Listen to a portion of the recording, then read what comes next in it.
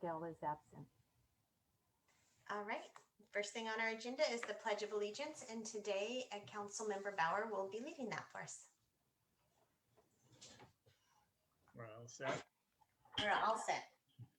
I pledge allegiance to the flag of the United States of America and to the republic for which it stands, one nation, indivisible, with liberty and justice for all. Thank you very much. And now, do we have a report from the closed session, Mr. City Attorney?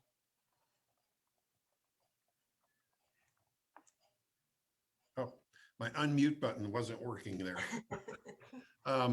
There were no reportable actions taken in closed session, Madam Mayor. Thank you very much. So then we will move on to the mayor's announcements, and I'll just start by talking about some of the things that I have been working on, and then we'll follow that with our proclamations. So I am continuing to work on the traffic safety task force, which has representatives from people all over the county. We have identified speeding as an area that we would like to specifically cover. We have been working on it for 4 months, so we have 2 more months to figure out what our full campaign is, but we're making great progress, which is sometimes very surprising because it's a massively huge issue in a very little time that we have to deal with it. But I've been incredibly impressed with the folks on the task force, and everybody recognizes the importance of addressing safety, especially for our pedestrians and cyclists and the folks who are most often injured in those cases. I continue to see the city doing great work paving streets. I think I am living right in the middle of every one of the projects. So I take a different way to everywhere every time I go out. And it is minorly inconvenient for some amazingly wonderful street work. So thank you guys for all the hard work that you are doing, and thank you to Measure H for allowing us to do it. You know, by the end of the next 3 years, we're going to be driving on all nicely paved, not all, but it will be a very different community in terms of paved streets. So yay for that. This last weekend, I attended the Firemen's Memorial, which was over there on Clark Plaza. It was a beautiful event. So Clark Plaza already looks very different. There's a beautiful memorial, a sculpture and a plaque. I understand the Clark Museum also has an exhibit that goes with it. And it was just a beautiful, well done ceremony, and it was great to be there and to see all the folks there. Clark Plaza is looking fabulous, but I think that we're hoping we can make it even look more fabulous because on June 19th, we're having a city cleanup there. So if you're interested in volunteering and making that place sparkly and beautiful and an even more pleasant place, join us at 9 a.m. for a cleanup. And then my last note is that today is June 15th, a day that everybody has been waiting for, because it is the day that many of our state regulations have been lifted regarding COVID-19, which takes us to a whole new state of confusion, much like it was when this whole thing started. So I'll just say a few things that that might help this a little bit. Humboldt County's regulations will match the state regulations. So whatever the state says their regulations are, that's what the county is doing. However, OSHA, which regulates employees, they are on a slightly different time schedule. So if you happen to go somewhere where people are not wearing masks and employees are wearing masks, that's because they're regulated differently. And it's just okay. It's okay. You'll see people wearing masks and not wearing masks, and we just have to accept that that's the way it's going to be for a while. Schools, hospitals, other locations with high-risk people will ask you to still wear masks, and businesses can keep their regulations if they want. So it is their right to say they would like you to continue to wear a mask in their store. If you don't, then it is their right to ask you to leave. So whether or not the state regulations say you don't have to wear a mask, that is their choice. So just wherever you go, make sure you have a mask with you so that you're ready to go wherever you need to go. And because this is going to be a stressful time with a lot of confusion, again, emotions will be heightened because people aren't always completely sure what's going on. Just allow for some patience, be nice to people, understand that people are in different places, and stay safe and get vaccinated if you're not vaccinated, please. That was my big message today: is to be patient, to understand what the changes are, and get vaccinated. So with that, we will move on to our proclamations. We have one proclamation today, and that is for Juneteenth, which is coming right up, and Councilmember Moulton will read that. Thank you, Mayor. I'm very excited about this one. Juneteenth is a really big deal in my hometown of Houston, Texas. I'm glad to see that it's getting attention all over the country that it deserves. City of Eureka proclamation in recognition of Juneteenth, June 19th, 2021. Whereas President Abraham Lincoln signed the Emancipation Proclamation on January 1st, 1863, declaring the slaves in Confederate territory free, paving the way for the passing of the 13th Amendment, which formally abolished slavery in the United States of America. And whereas word about the signing of the Emancipation Proclamation was delayed some 2.5 years to June 19, 1865, in reaching authorities and African Americans in the South and Southwestern United States. And whereas Emancipation Day observations are held on different days in different states in the South and Southwest and other parts of the nation. And whereas June 19th has a special meaning to African Americans and is called Juneteenth, combining the words June and 19th, and has been celebrated by the African American community for over 150 years. And whereas Black Humboldt will be hosting a virtual and in-person celebration on June 19th, featuring Black artist performances, vending from businesses owned by people of color, and workshops led by Black professionals.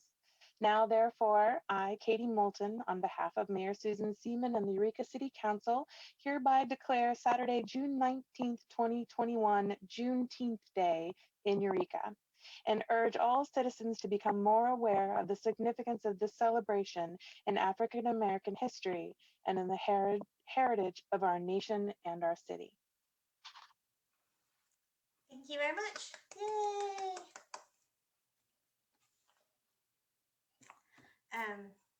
Thank you, Councilmember Moulton. This is the second year, I believe, they've done this, and it was a really great turnout last year. So I hope they have a great turnout again this year. Our next item on our agenda is the public comment period. So this is a time for members of the public who wish to be heard on matters that do not appear on the agenda. City Council policy limits each speaker to 3 minutes. Is there anybody here who would like to speak at the public comment period?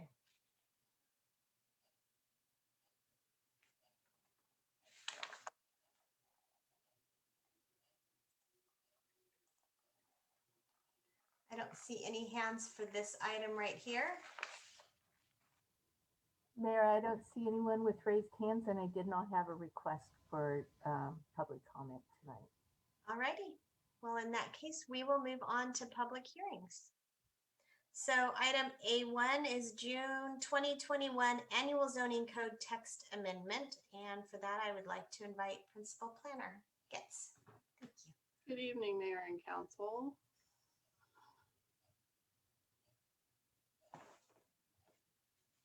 So before you this evening is the June 2021 Zoning Code Update.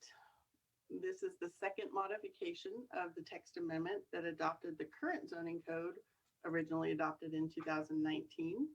And it applies to the inland portion of the city as shown here on the colored parcels inside the blue line. The proposed amendments generally include rectifying inconsistencies and errors, correcting grammar, and clarifying language that is currently unclear, contrary, or confusing. The amendments are intended to and do maintain and ensure internal consistency throughout the zoning code itself. Changes of note are the addition of language to measure the floor area of junior accessory dwelling units, increasing the range of low-income housing that is exempt from parking requirements and adding an on-site manager's unit to the low-income exemptions, requiring 75% of new landscaping to consist of native plants, allowing certain sign types for multifamily uses, and adding definitions and figures to provide examples in the glossary. Currently, design standards do not apply in the SC zone district, so staff is proposing to change the applicability of the zoning code to require design standards apply to new construction of primary structures in the SC zone district. The SC zone district is located in various areas along the east side of Broadway and in one location at Myrtle and West. Revitalization of the Broadway corridor is supported by the 2040 general plan, and as discussed in your staff report, staff believes new construction of primary buildings in the SC zone should conform to the design standards in Eureka Municipal Code section 155.312. Staff recommends that you hold a public hearing and introduce bill number 997 CS to amend chapter 155 by adopting the June 2021 zoning code update. And I have a suggested motion available when you're ready. I'm also happy to answer any questions that I can. All righty, let me.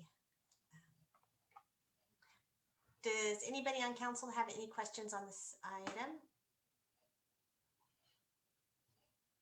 Councilmember Castellano? Just a quick question. Thanks for, it was nice to kind of refresh on the zoning code. So thank you for bringing it forward. And my main question is, I know one of the planning commissioners had some input on the tree removal list, but that has not at this time been included. Those changes haven't been included in this zoning code update. Am I correct? That's correct. The Planning Commission considered adding a recommendation to incorporate those changes and ultimately decided not to, but did vote to forward those comments onto the City Council, and they were included in your staff report. Okay. And to the best of my understanding, the changes basically are, and I did reach out to that planning commissioner, so but those changes are basically because we left out some native species from the list, and we included some species that were not native to this area. They're more native to the Inland Empire. Okay. Yeah, that's correct. In the opinion and expertise of that planning commissioner, that would be the case, yes. Okay. Okay. And then if we do decide we want to include that, would we just make that change to the motion to include the updated tree list, basically?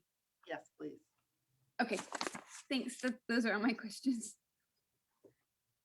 All right. Any other questions from council? Councilmember Bauer. Thank you. I just had a quick question Principal Planner gets about the native plant thing is a cool idea. Was there any talk about, I don't want to say ban, but things like ivy, Tony Aster, holly? I mean, some places you can still buy these plants and people are planting them. At the same time, we're out Saturday pulling ivy and pulling holly out of Cooper Gulch. I was just wondering if that was explored at all, that even if it was an educational thing, please don't plant X, Y, and Z. It was not specifically discussed at the Planning Commission. However, in the current zoning code, there is language that prohibits the planting of invasive plants that are, and it says planting species with a quote, high rating in the California Invasive Plant Council's CAL IPC inventory of invasive plants is prohibited. So any of the plants that are listed there as high would not be allowed in landscaping. Oh, excellent. Okay, thank you. Any other questions from council on this?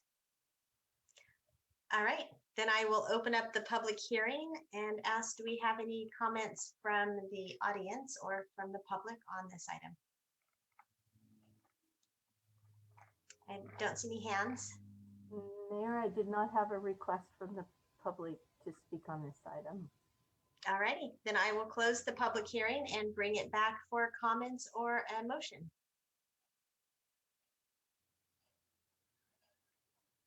Somebody has to talk to make a motion.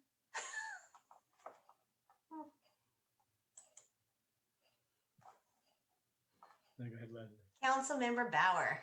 No, I see Leslie. I don't know if Councilmember Castellano wanted to modify the motion at all. And go ahead. Maybe is it okay to ask another question really quick about that tree list? How different is it from the list we currently have? Principal Planner Getz, if you're still here.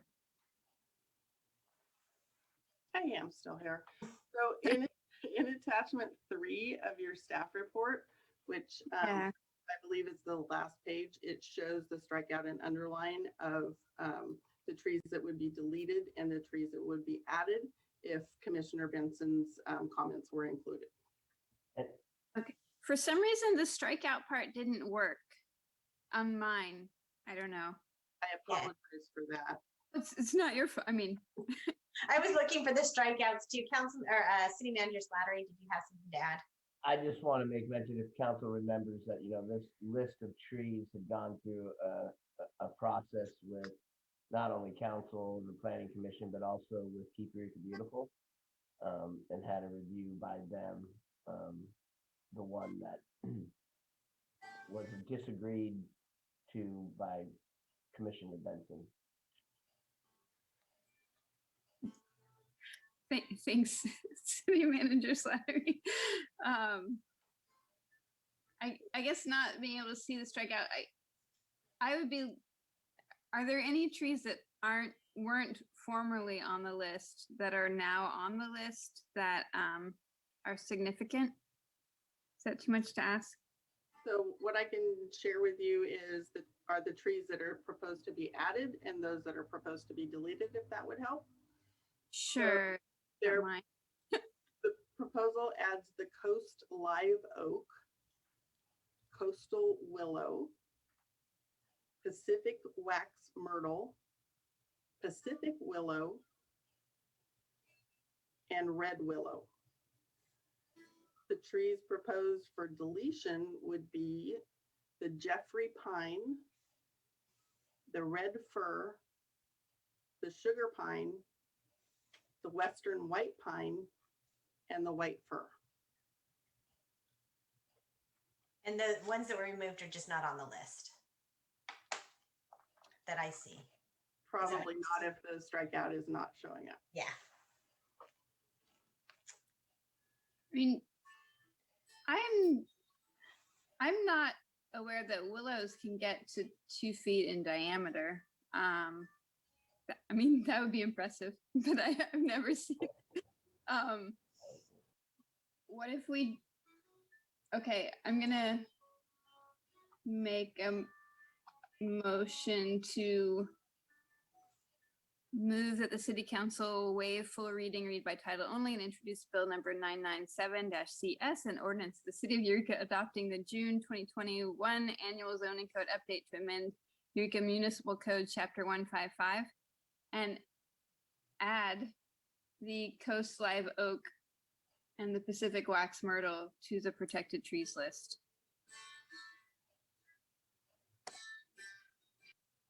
I could second that.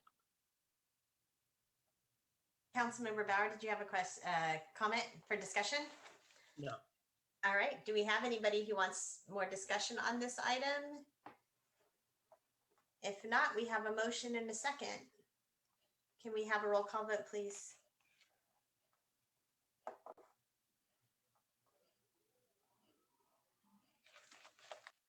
Alrighty. Councilmember Castellano, Aye. Councilmember Moulton, Aye. Councilmember Bauer, Aye.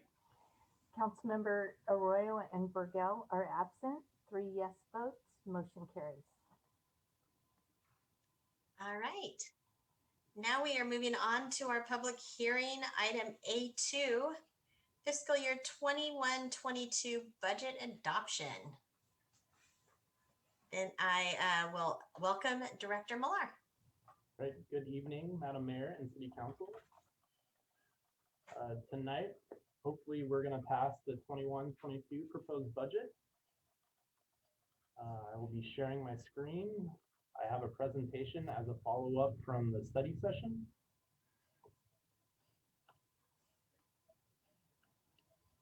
So tonight, we're going to look at non-departmental expenditures.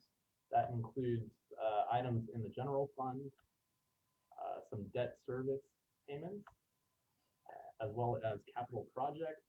And when I talk about capital projects, I will be sure to point out the large amount of grant funding we are going to receive in 21-22.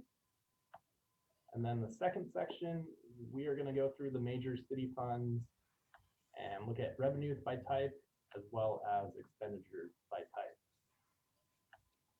So to begin, with the non-departmental expenses in the general fund. So this top category, outside services, it's going down a little bit in the 21-22 fiscal year. About 70% of this budget represents electricity. There are some other items for sales tax audit services, as well as property tax audit services. And then we typically have a little bit of budget for some unexpected expenses. The next category are contributions to other agencies. This category is flat. What makes up that number? Here's a list of those line items. They're pretty much the same between 2021 and 21-22. I do expect some of these line items to be reallocated, but I do not expect anything to go above the budget you see in front of you. Cost allocation, there's a little bit of cost allocation that is non-departmental. It is going up. It is not a significant number. We had a project called stormwater flood reduction that began in 2021 and will continue into 21-22. And then we have this category called transfers. These are transfers from the general fund. What makes up that 2.1 million? This includes money for street projects. And I'd like to point out the column headers. For this slide, I looked out another fiscal year into 22-23. You can see that with street projects, funding in 21-22 is a little bit less. I will go over that later on in the presentation. And then beginning in 22-23, that transfer will go from 1 million to 2 million per year. There's also $500,000 for street or non-street projects, and then some subsidies to the building and the harbor fund to help out their financial position. Then the next category is debt service. So this is debt service by fund. This represents essentially bond payments, both principal and interest. Up at the very top is the major change. You can see in the successor agency fund that the principal portion of the payment is going up. This was expected. A lot of times the ratio between principal and interest will change, especially at the front end of a bond issuance. All these debt service expenditures in the successor agency are covered by monies we receive from the county for what was previously the redevelopment agency. The debt service in water, wastewater, and harbor is relatively the same. We did not issue any new debt, so this is kind of business as usual. The next category is our CIP. I'm going to begin with street projects. This category is a little bit convoluted because we have a handful of funds that receive money for street purposes. That includes Fund 224. We receive money from the state through the Regional Surface Transportation Program. In Fund 227, this is where we have our HSIP program. Anything in Fund 227 is funded completely by grants. Next, we have our RMRA fund. And then Fund 229 is the gas tax fund, which is now repurposed as our street CIP fund. So what are the funding sources for streets? First, we have the general fund. And again, please notice the column headers. This is going out an additional fiscal year. So you can see that the general fund is going to provide a major portion of our street monies. There is no money from RSTP in 21-22. We are going to set aside roughly $200,000 to be saved and deployed in the following fiscal year. In Fund 228, that 1.4 million represents not only what we expect to receive in 21-22, but that includes a couple years where we decided not to spend those monies to build it up to a bigger project. And then finally, we have the gas tax in Fund 229. That's roughly $700,000. Previously, that money was mainly being spent on operational expenses. Going forward, all of that money will be available for projects. So we're also going to look at the gas tax fund. There's been a major change for 21-22. Here are the different types of expenditures in the fund, starting in 1920. You can see that in 1920 as well as 2021, we had salaries and benefits, we had materials and outside services. All of this has been transferred into the general fund so that this fund can be strictly for projects. This year it was about $600,000. That actually has gone up to about 700, and all of that is now in the general fund. And then you can see the effect on how much money we have for projects. Essentially, we have 3.5 million. This is about this increase is about 4 times the amount that we typically see in any one fiscal year. So what is that 3.5 million being spent on? We have 3 major projects in the gas tax fund. Next, we will move on to the HSIP fund. So this will include some projects for streets, but these are grant-funded street projects.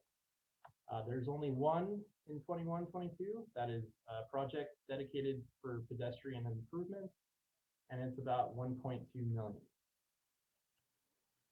Next, we have our general CIP. So these are non-street projects. We have a large amount in both the number of projects and the budget. So about 15 million, most of that is made up of the 2030 park improvements as well as the energy storage system. Even though 50 million is a lot of money, it is not coming from the general fund. Most of it is grant related. So you can see the total costs is what you see in the budget, and then the column next to it is what we expect to receive in grant revenue. And then on the very right, you see the net cost. So ultimately, what's coming out of the city's pocket is about $200,000. I am transferring over $500,000 or $500,000 into this fund. So we will actually have money left over at the end of 21-22. Next, we will look at the water fund CIP. We have 5 projects scheduled for this fiscal year. for a budget of about 4.9 million. In the wastewater fund CIP, we have about 8 projects totaling 7.5 million. So that concludes the first section. And next, we will look at our major funds. So before I begin, I just want to go over the cost drivers so we can understand why we are seeing certain types of expenses going up. The first one has to do with the CalPERS unfunded liability. In 21-22, we expect that to go up by about 16%. When we're looking at materials and services, cost allocation was reduced in this fiscal year to help keep departments from cutting even more. So that is coming back in a big way. We expect cost allocation to go up by about 47%. Another cost driver are new positions. So through strategic visioning, we identified 8 new positions.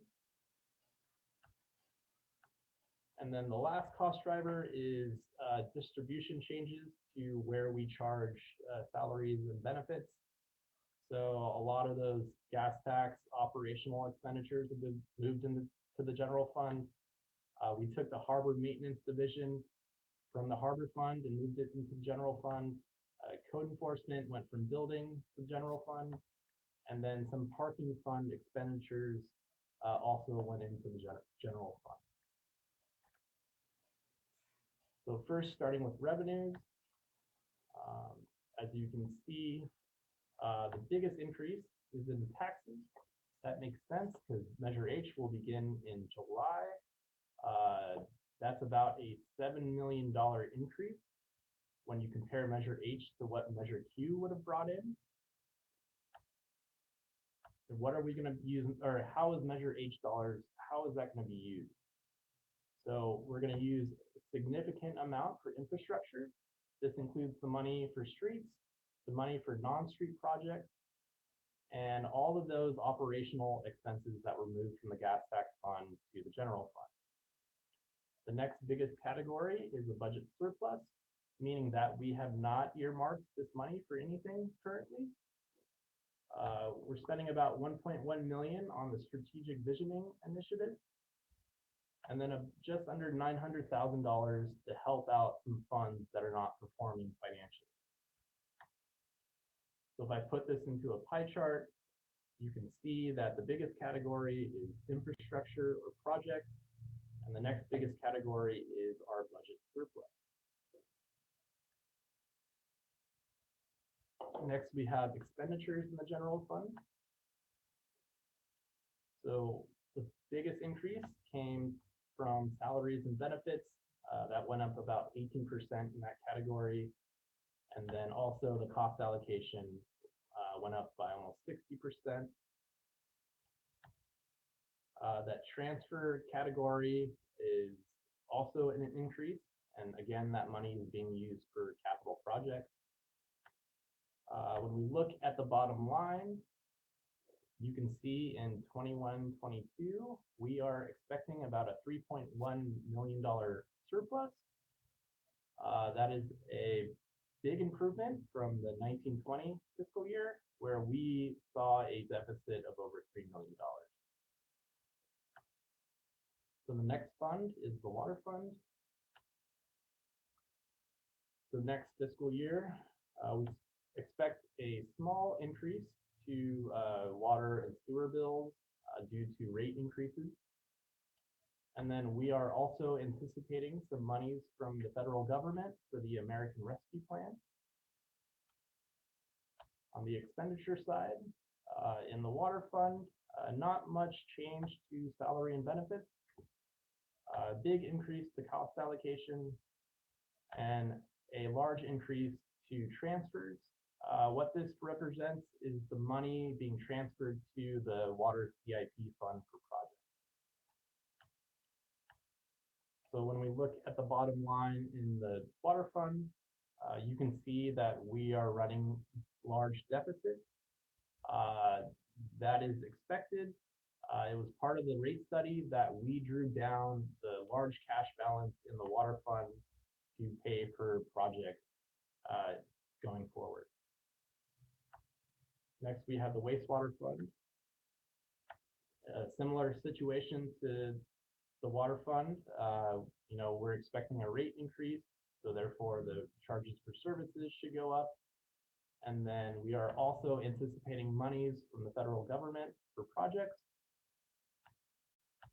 On the expenditure side, we're actually anticipating a decrease in salaries and benefits due to some position changes. Cost allocation is going up. And then a significant amount of money is being transferred over to the wastewater CIP fund. When you look at the bottom line, we have been running deficits, but for fiscal year 21-22, we are about breaking even. Next, we have the Harbor Fund. So in the Harbor Fund, that first category, intergovernmental, that is actually monies coming from the former redevelopment agency to cover the debt service in that fund. The next category is charges for services. Through this fiscal year, due to COVID, we did see some decreases in revenue in this fund. And then other financing sources is that subsidy coming from the general fund.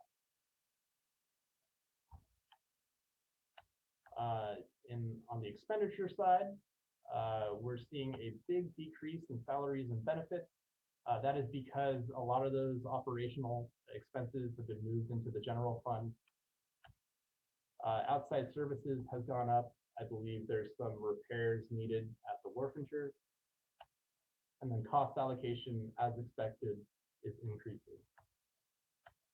When you look at the bottom line, we do expect a small surplus, which is a big improvement from 1920, where we had a $100,000 deficit.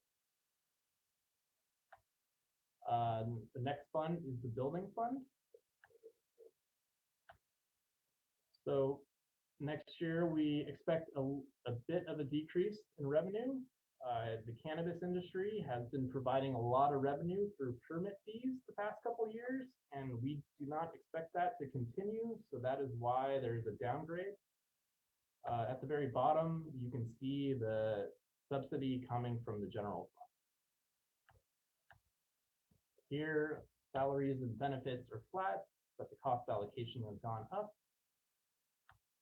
And when we look at the bottom line, you can see that we are going to run a small surplus, which is a big improvement from the large deficits that this fund has seen the past couple of years. That concludes my presentation tonight.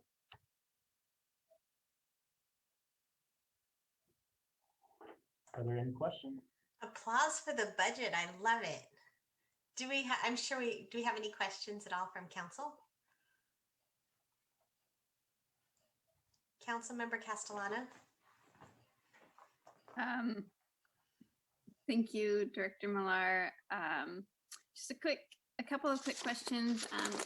I saw and I was excited to see that there's some broadband improvements budgeted this year.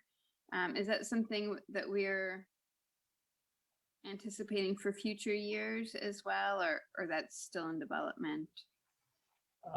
You would have to speak with the Public Works Director, or maybe if we have anyone from IT.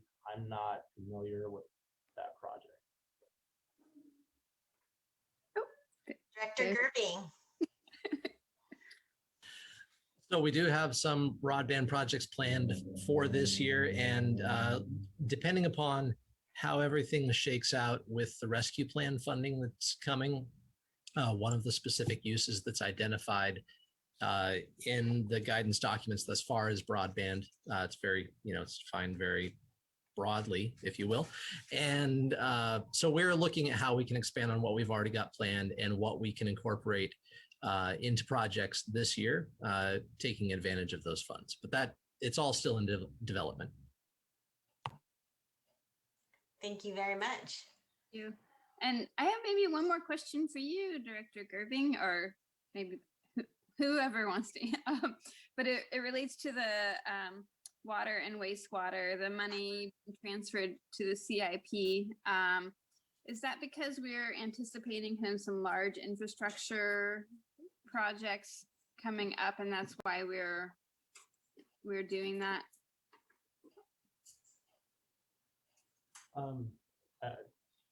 I'll take a shot. So, because we have operations and capital projects separated, that's kind of just how we have to show, or that we have to transfer, or I have to do accounting in the background to move money to pay for those projects, and that's kind of what it represents. So you'll see that year over year. That's just how we've set up the fund structure. So sometimes some cities will just put their operations and their capital projects in the same fund, and you wouldn't see that transfer in that case. Right. Like Director Marlar said, it happens every year. If you look in, for instance, in the case of water, in Fund 500, you'll see a transfer out and then a matching amount in Fund 501 with a transfer in. And then for wastewater, it's 510 and 512, just those funds getting moved over. But there's nothing out of the ordinary this year in either of those funds as far as projects go.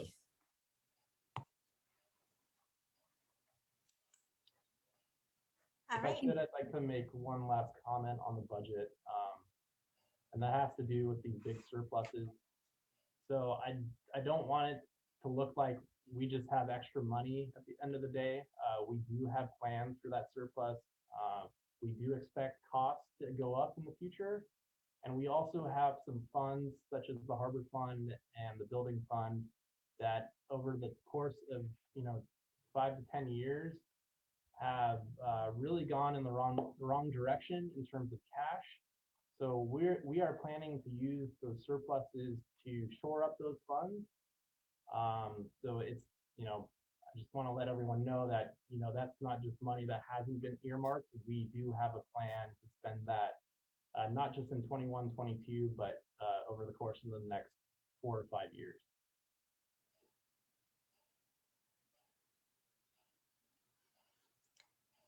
Any other questions from council? All right.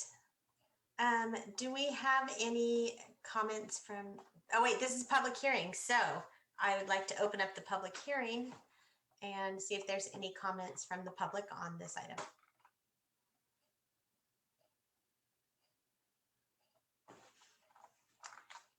I do not see any. It always boggles my mind that we have the budget, which is the thing that's so important. And it just we lament every year about that. But thank you for your workshop earlier. And so that's probably why there wasn't a lot of discussion here, because we had a workshop last week. We got to talk to you about this. Lots of conversation. Your budget is on the still on the website if people want to check it out. And I will close the public hearing at this point.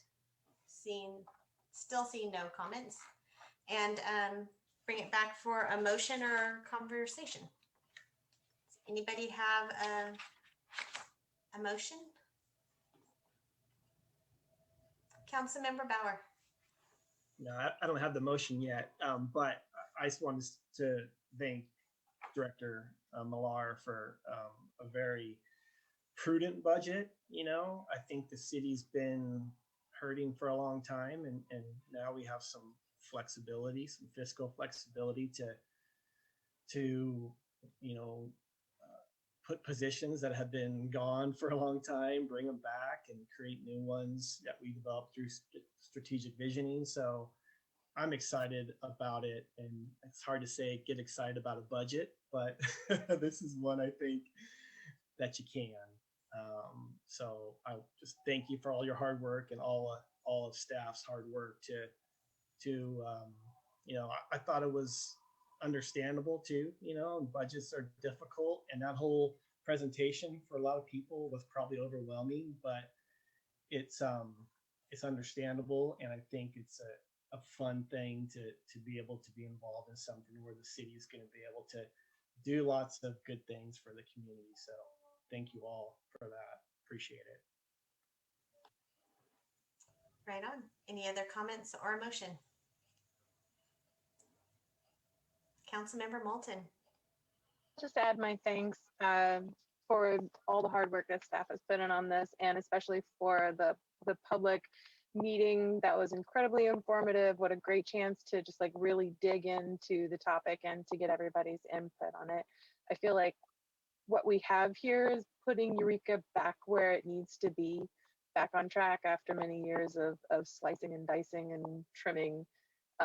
So it seems like a lot of money, but it also is like where we need to be going forward. So thank you for that. I really do think people will see the difference in the coming years, which I think is what's frustrating for the public, is when they feel like they don't see it. But I think they definitely will this year. Any other comments or motion?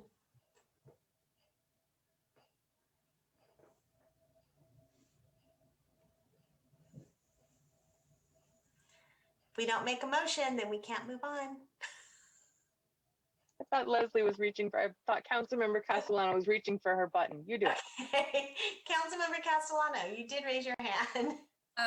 Well, also for sure, thank you, Director Millar, and to all of staff, for working so hard on this. And yeah, I'm pretty excited about those new parks positions in Old Town, and some of these things that folks have really been asking for. We see in this budget, and so I think that yeah, I'm looking forward to the upcoming year. And sorry, is the motion I'm kind of looking for it, but is it basically just to adopt the 2021 proposed budget? To adopt the resolution of the city of Eureka. It's the resolution for the Okay. I will make a motion to adopt the following resolutions. The resolution of the city of Eureka adopting the budget for fiscal year beginning July 1st, 2021, and the resolution of the Eureka Public Financing Authority adopting the budget for fiscal year beginning July 1st, 2021. I'll second.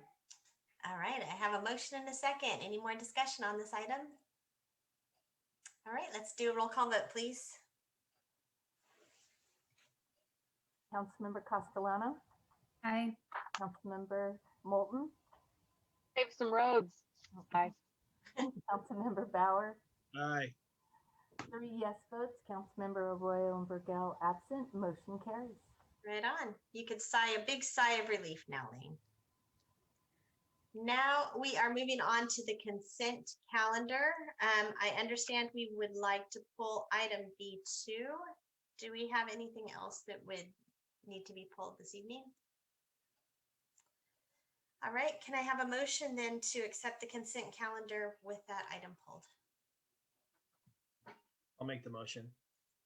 Thank I'll you. second. Thank you very much. Can we have a vote on that, please?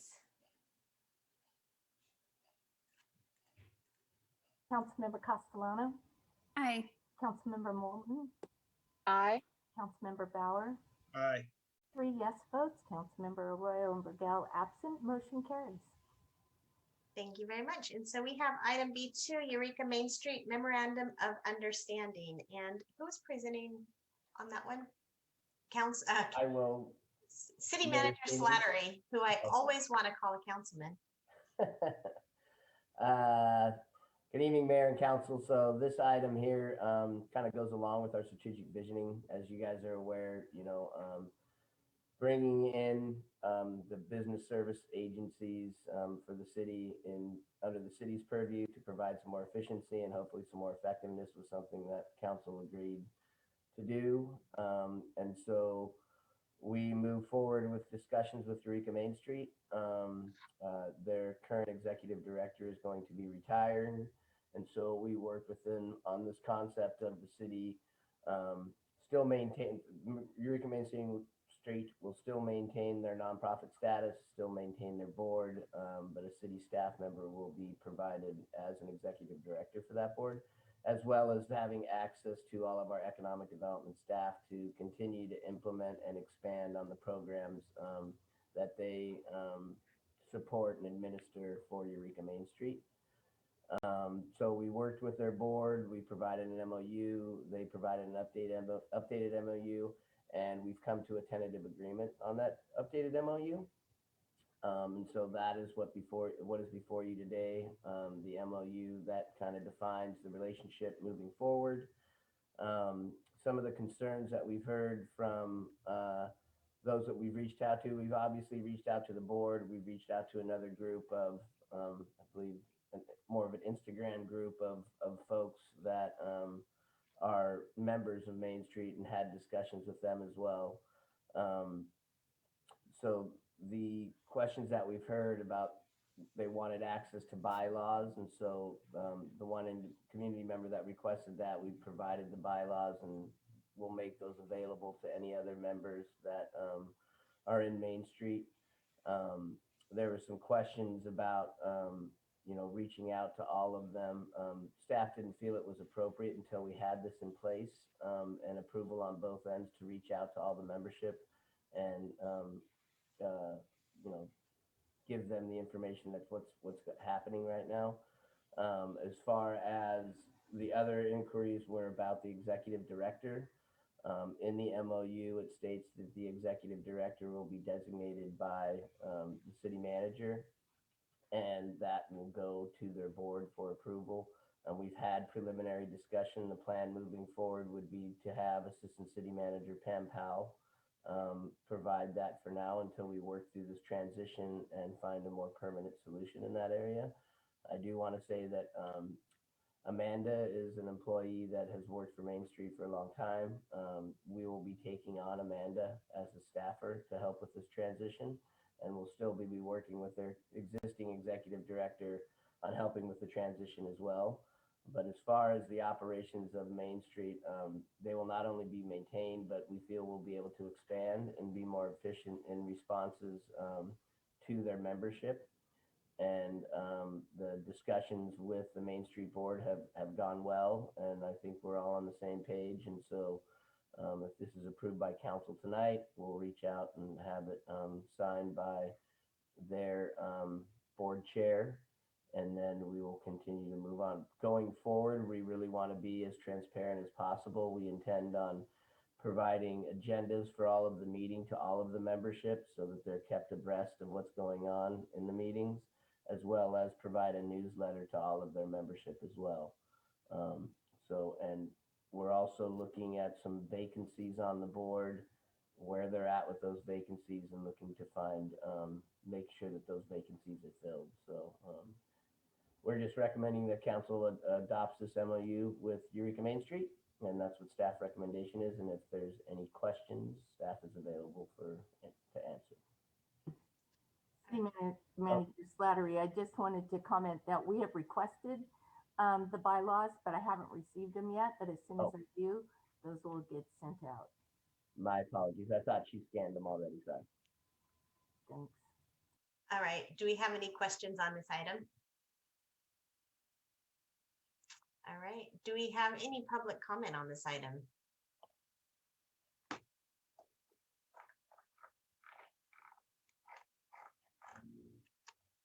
All right. See none. And I don't see any. Oh, wait, we do. Melinda Myers. Thank you, Mayor Seaman. I appreciate that. Let me turn this on. So there we go. I'm not invisible. Thanks for clarifying that we haven't received the bylaws, even though we did request them. I also have a question about when the meeting is. The Main Street website says it is the third Wednesday. Charlotte told me tonight it's actually was moved to be the last Wednesday before COVID. And then Assistant City Manager Powell told me tonight that she thinks that it is the first Wednesday of the month.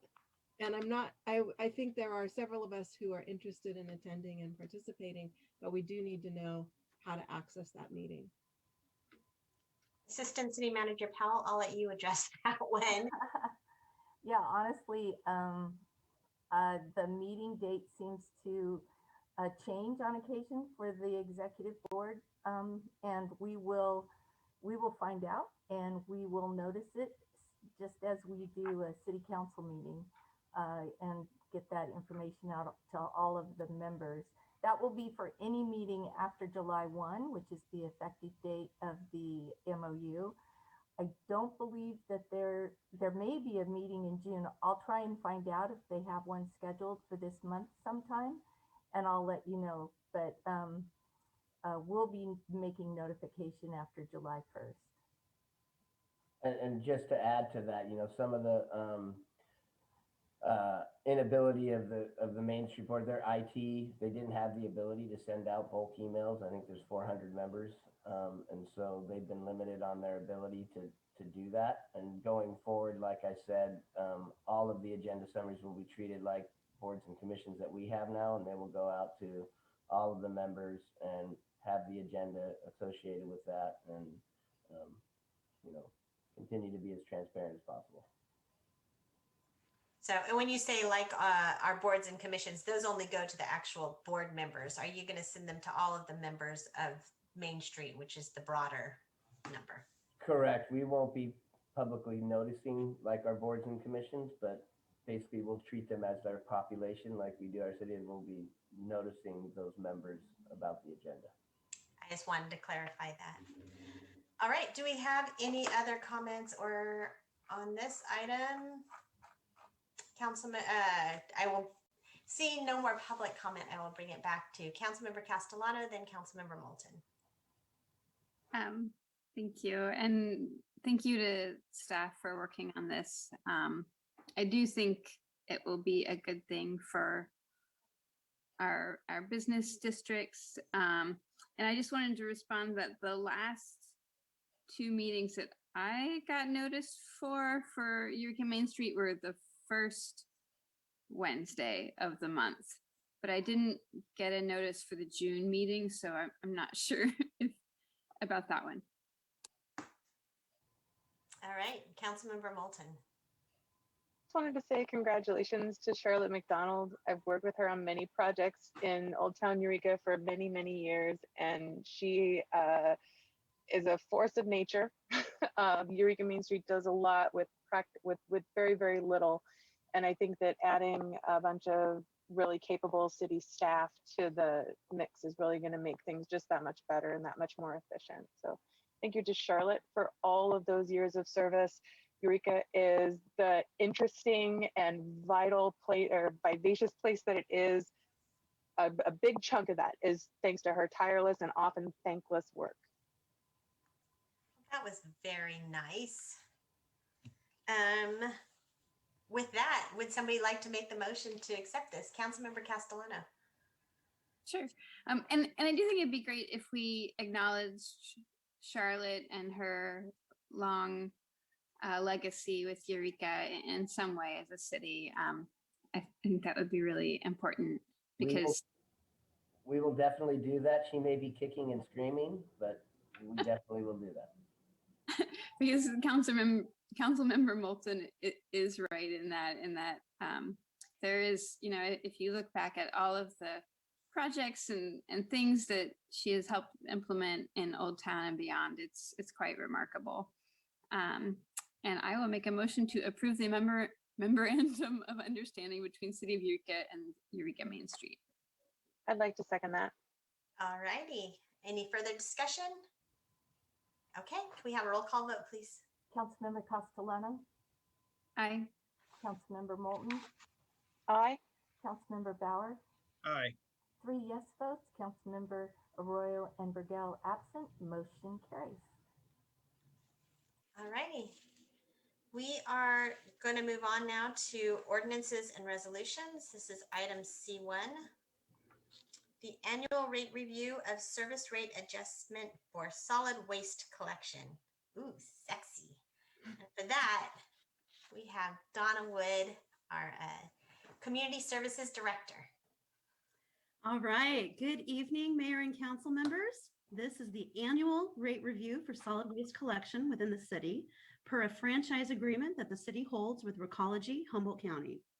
Just a quick review of the difference between an annual rate review and a periodic rate review.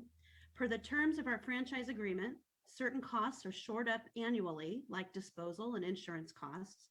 This is referred to as an annual rate review. Periodic rate reviews happen every 3 years, so the next shore-up year will be fiscal year 22-23. During a shore-up year, the actual cost associated with performing all of the existing programs, such as labor, fuel, leases, and administrative costs, are shored up against the costs that were projected in the previous 2 annual rate reviews. In comparing our proposed rates, staff have concluded that we are in line with other local rates. For the same size 30-gallon tote, Eureka's proposed weekly rate remains less than the county and McKinleyville. Arcata rates are slightly lower. However, the differences in rates can be attributed to the levels of service, such as street sweeping, that we enjoy here in Eureka. Per the city's franchise agreement with Recology Humboldt, the annual rate application is to be provided to staff for review by April of each year. Recology submitted this year's rate review in mid-May. For the upcoming 21-22 fiscal year, staff is recommending a 1.64% rate increase from the rates that were approved by council in July 2020. The first and largest factor that contributes to this rate increase is the cost of living, including operational costs such as labor and fuel, etc., and pass-through adjustments such as insurance and property tax, resulting in a total increase of 1.05%. The second factor that contributes to this rate increase is the recycling processing fee, which increased by $9.11 per ton, resulting in a new rate of $82.68 per ton. This increase was approved during the May 13th HWMA meeting. The increase represents 0.59% of the 21-22 Recology annual curbside rate adjustment. One of the main drivers for the recycling processing increase is due to contamination levels. This is true for all Recology franchise agreements, not just Eureka. In order to strengthen our recycling skills as a community, the city has been educating the public on the right ways to recycle and dispelling common misunderstandings about our recycling system. Recology truck drivers are auditing recycling bins and leaving OOPS tags on bins if contamination is found. The OOPS tag is meant to positively alert residents so that they can learn how to take corrective action right at the bin by providing the necessary information to fix the problem. Additionally, as old recycling totes are replaced, new totes will be featuring a label with recycling guidelines, including pictures. Community Services has been making efforts with recycling education outreach and is taking a regional approach this year through a solid waste local task force, which is made up of multiple cities within the county who work together on solid waste topics. An ad hoc committee has recently been formed and is working on regional improvements to contamination, including potential ordinance updates. There's also a 40-cent increase to green waste curbside rates, which will increase from $6.14 a month to $6.54 per month. 30 cents is due to an increase in green waste subscriptions, resulting in an increase in organics processing due to increased tonnage. And 10 cents is due to the cost of living and pass-through adjustments. The associated costs related to this year's annual rate review have been analyzed by city staff and found to be justified. The results of the rate adjustment are as follows. For the typical commercial customer with a 1-yard bin, there's an increase of $3.21 per month for a total rate of $198.95. For the typical residential customer with a 30-gallon tote, there's an increase of 53 cents per month for a total rate of $32.76. And for a green waste customer with a 96-gallon tote, there's an increase of 40 cents per month for a total rate of $6.54. With that, staff recommends that council adopt the attached resolution and approve the 1.64% rate increase for solid waste collection services and 30-cent monthly increase for green waste services for fiscal year 21-22. And staff are available if there are any questions. Councilmember Moulton. On the agenda summary, where it gives a breakdown of the increases, it says per month, where I think you might mean per year. Okay, so if it's an increase of 53 cents per month, then it's an increase of $32.76 per month, say Yeah. for the 30-gallon can. Can you explain that? It would be a monthly rate increase. So the total rate would then be 32.76 per month, which is a 53-cent increase. Correct. I understand now. Thank you. That's all. Okay. Councilmember Bauer.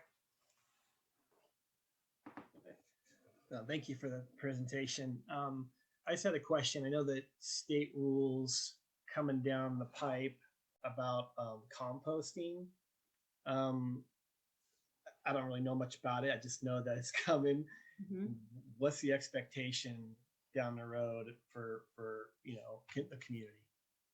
Yeah, you're referencing SB 1383, and it is a quite impactful, quite complicated piece of legislature. And much like I mentioned, we put together an ad hoc committee to address contamination. We just recently put together a regional ad hoc committee for SB 1383 specifically. And I think what we should do is meet with these folks a couple more times, and then I think staff should come back and provide a report once we have a better understanding of what the expectations are for the city. Okay, and so is that going to be another bin and another fee? I think that would, that's the follow-up questions. It could be, but that hasn't been worked out as of yet. Okay, thanks. And then one more question. I mean, how are we doing on the solid waste front? Is the city as a whole producing less and we shipping less out? What's going on? Well, you know what? I know we have Linda with us, Linda Wise from Recology. Linda, are you here with us? Might be kind of interesting to ask Linda to share her thoughts on that.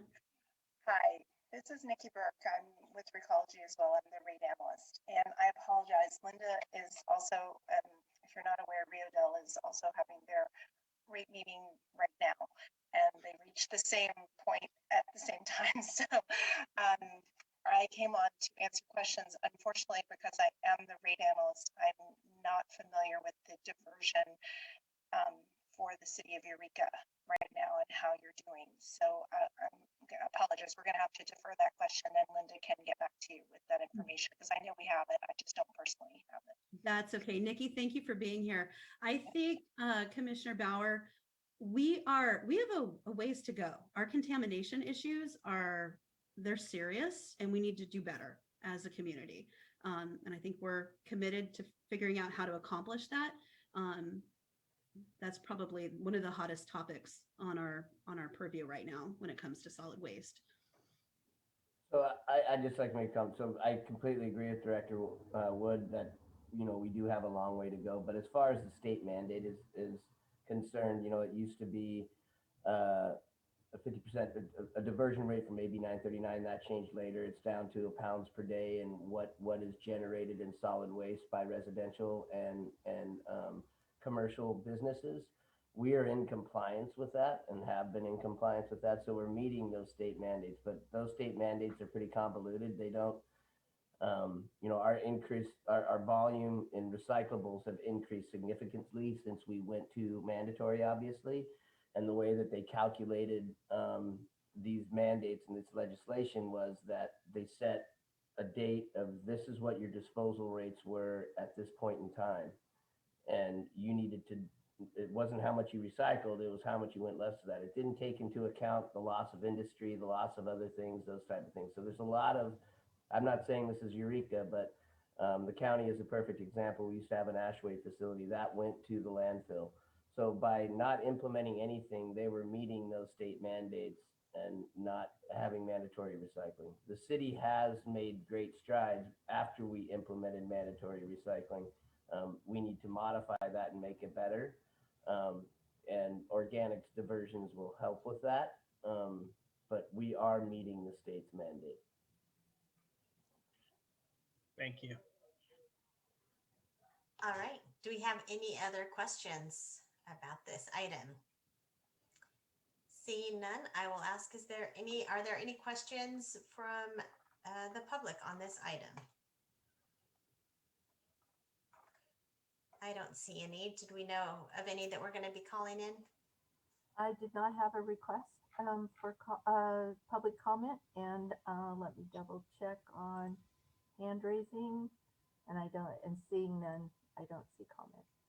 I don't either, not in the official way, nor in the like waving way. So, all right, I will bring it back to council for a motion or comments. Anybody have, Councilmember Bauer? I'll make the motion.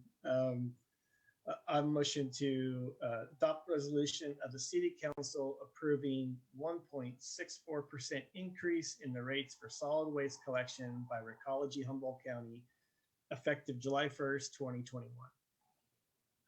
I'll second. Thank you. Do we have any discussion on this item?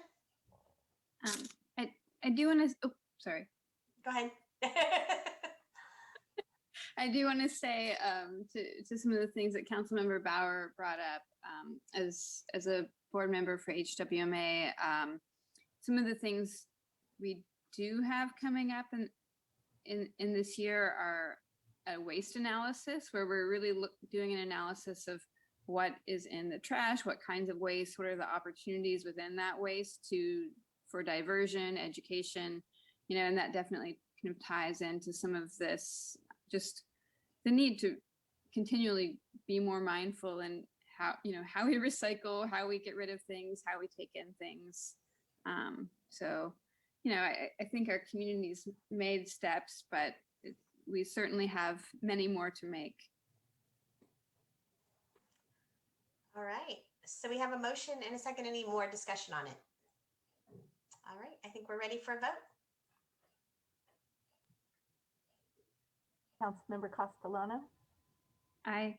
Councilmember Moulton, Aye. Councilmember Bauer, Aye. 3 yes votes, Councilmember Arroyo and Burgell absent, motion carries. All right, thank you very much, Director Wood. And now we are going to move on to reports and action items. Item D1, affordable housing projects on city-owned sites 2.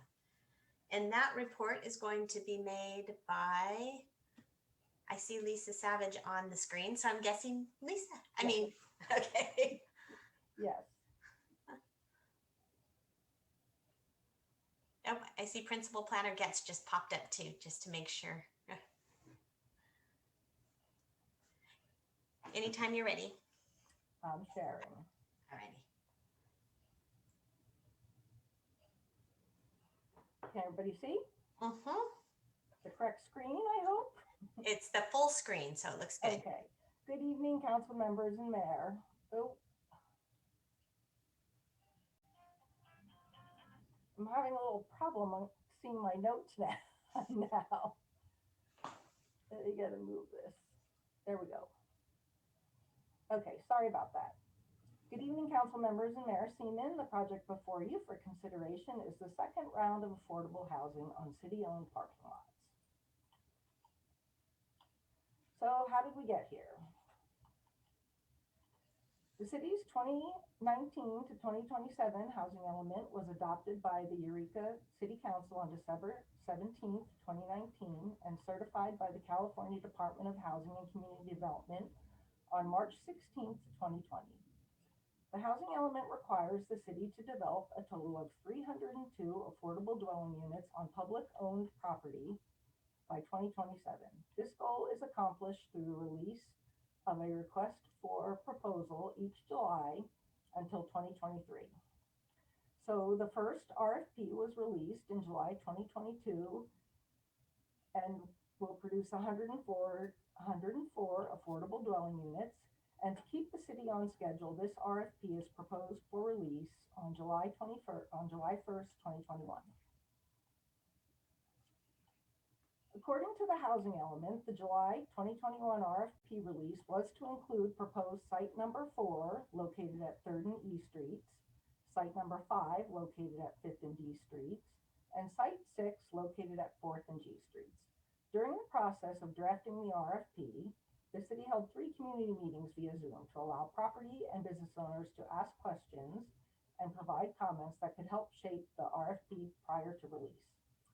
More than 50 participants joined each meeting, and while there was some support for the development on each site, the majority of the participants expressed concerns about safety and reductions in available off-street parking, believing these issues could or would impact both tenants and surrounding businesses and offices. The city then decided to put sites 4 and 6 on hold and instead include the next two sites from the housing element, which are sites number 9, 5th and K Street, and number 10, 6th and L Streets, and are the parking lots at City Hall. Staff also identified a new site at 2nd and L Streets, which we are referring to as Site A, to replace some of the units required for Site 5 at 5th and D Street. On May 18th, 2021, the California Department of Housing and Community Development approved staff's written request to allow the city to change the order of the sites and to add the new site while putting sites 4 through 6 on hold. This will allow the city to continue looking for other potential sites within the city limits, which could be swapped out for the sites we've skipped for this RFP. Here's an aerial overview of the location context of the 3 sites within the city limits. And then zooming in a little closer.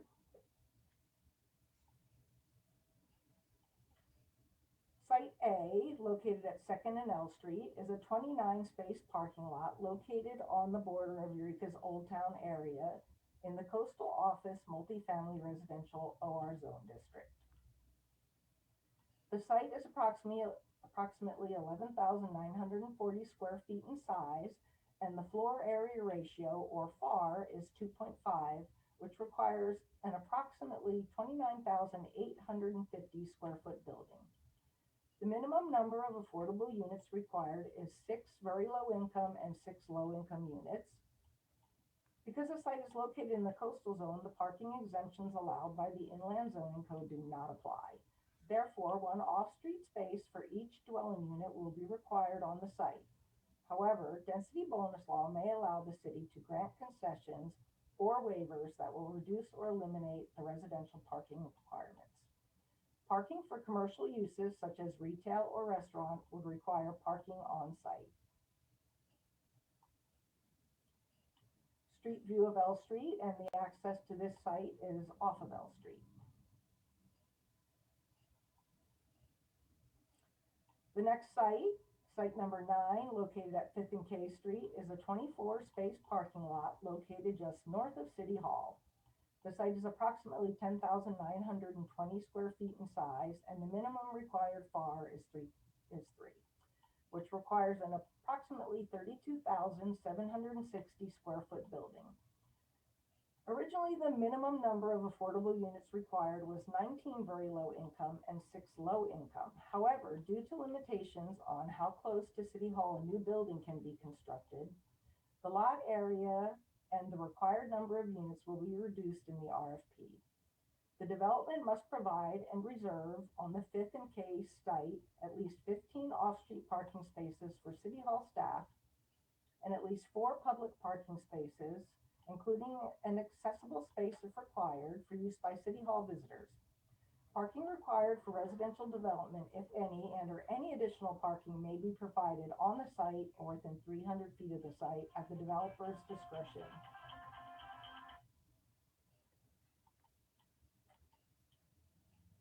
Access to this site is off of K Street, and a lot line adjustment and potentially an alley vacation will be processed in the near future.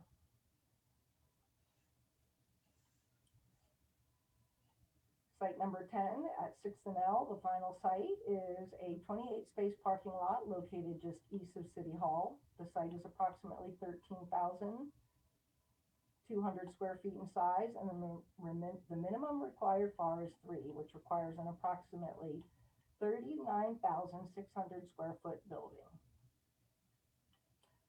The minimum number of affordable units required is 20 very low income and 17 low income. The development must provide and reserve at least 28 off-street parking spaces for City Hall staff and vehicles, and parking required for the residential development, if any, and or any additional parking may be provided on the site or within 300 feet of the site at the developer's discretion.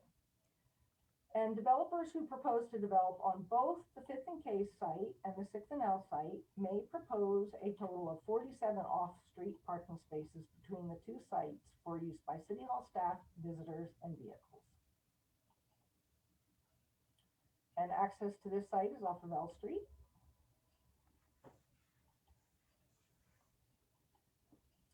Critical dates and deadlines. The RFP announcement will be released on July 1st.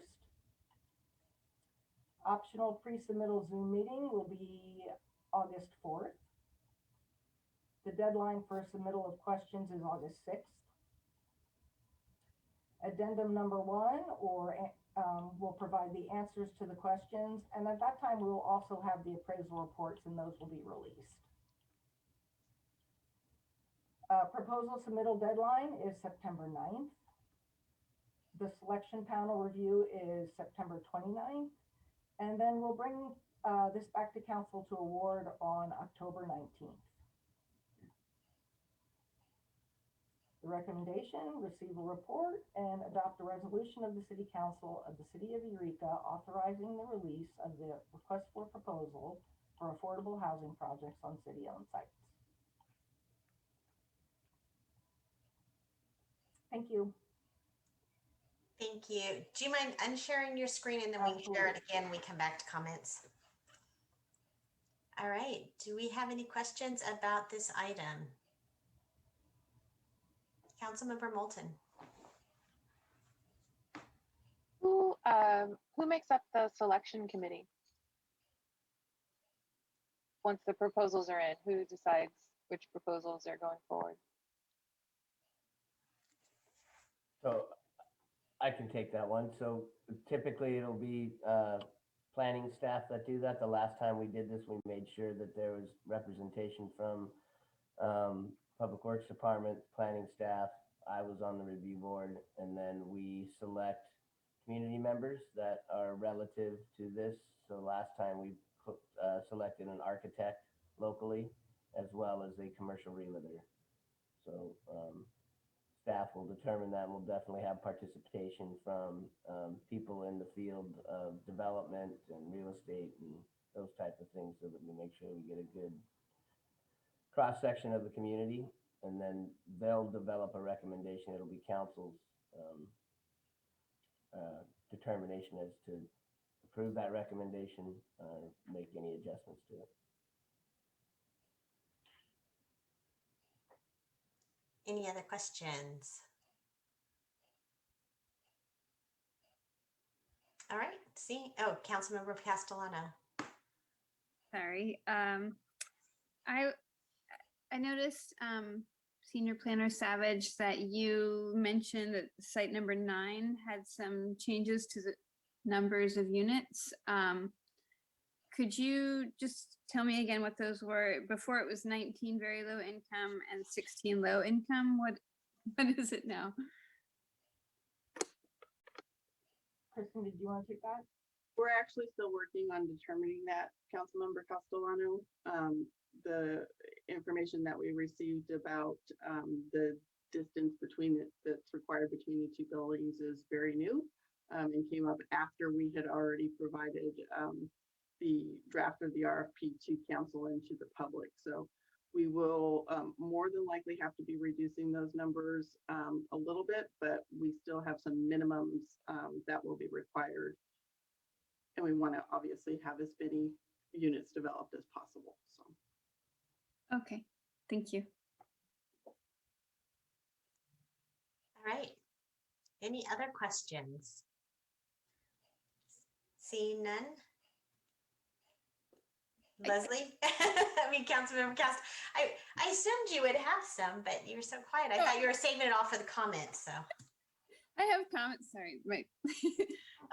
Well, and I did, spoiler alert, call Principal Planner Getz and a few other people in the community earlier. So some of my questions are answered, but I think it might be worth asking some of them anyway. In particular, I kind of went down a wormhole with the second and L site. So maybe I'll just ask a few questions about that site. Partially because it's somewhat my favorite. Okay, I have to get rid of my cat. For some reason, he thinks, okay, that was entertaining. Anyway, it's somewhat my favorite site because I think it's such a great location. And so, some of it is, I know the numbers of units were limited there because of the parking requirements. And so quite substantially limited, really, if you look at the size of the site compared to the other two sites.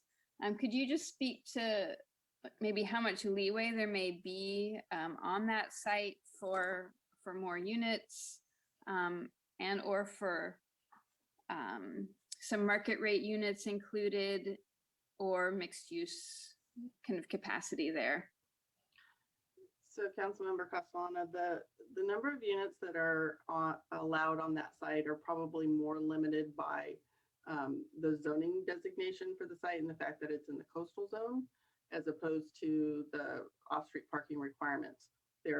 Granted, there are off-street parking requirements for those units, but if they do the minimum number of units that we're requesting, which is 12, there should be ways for them to be able to provide adequate parking on the site, or the possibility certainly could exist that they could use density bonus concessions or waivers to reduce or remove the parking requirements. So that could be an option for them in the future. The 12 units are the number of units that we will be able to count towards our RHNA numbers. However, density bonus law could allow the addition of more low income units or more affordable units. They can't be used for market rate housing though. Oh, sorry. So we couldn't ask for market rate housing on that site. And I know, I mean, obviously we haven't done it yet, but we're changing our local code, or we're going to be adjusting our coastal plan in the upcoming year. Potentially in that we could change that, but that won't be ready yet. Unfortunately, I think waiting for the local coastal program update would throw us off schedule and off track with our housing element requirements. So that could create additional issues between the city and the State Department of Housing and Community Development going forward. And so I'm encouraging that we don't do that. And just to add to that, Councilmember Castellano, we had a meeting with the Coastal Commission today, and our projections of when this would go forward for the local LCP update were not very encouraging. And when we say that time frame, I think after our meeting today, that time frame has been extended significantly. So even more so would worry staff about meeting the deadlines. But furthermore, we'd still be reliant upon them approving those changes that could have an effect, and we can't guarantee that either. I just raised my hand. I don't know who was going to call on me, but so I have a question that I'm a little embarrassed to ask, but who owns the parking lot across the street from that? Do we own that as well? Could we take 12 of those parking spaces and sort of add them to the RFP site and just let them be designated for the property, and then they don't have to worry about it? I think that possibility could potentially exist. However, I would like to do some more research and determine how many of those parking spaces were actually earmarked for the development of the Adorney Center and the use there. Oh. But that possibility may exist. All right. Any other questions about this? All right. Then I will go ahead and call on public comment, and I see Colin Fisk has his hands up. So we'll call on Colin Fisk. Thank you, Mayor Seaman. Good evening.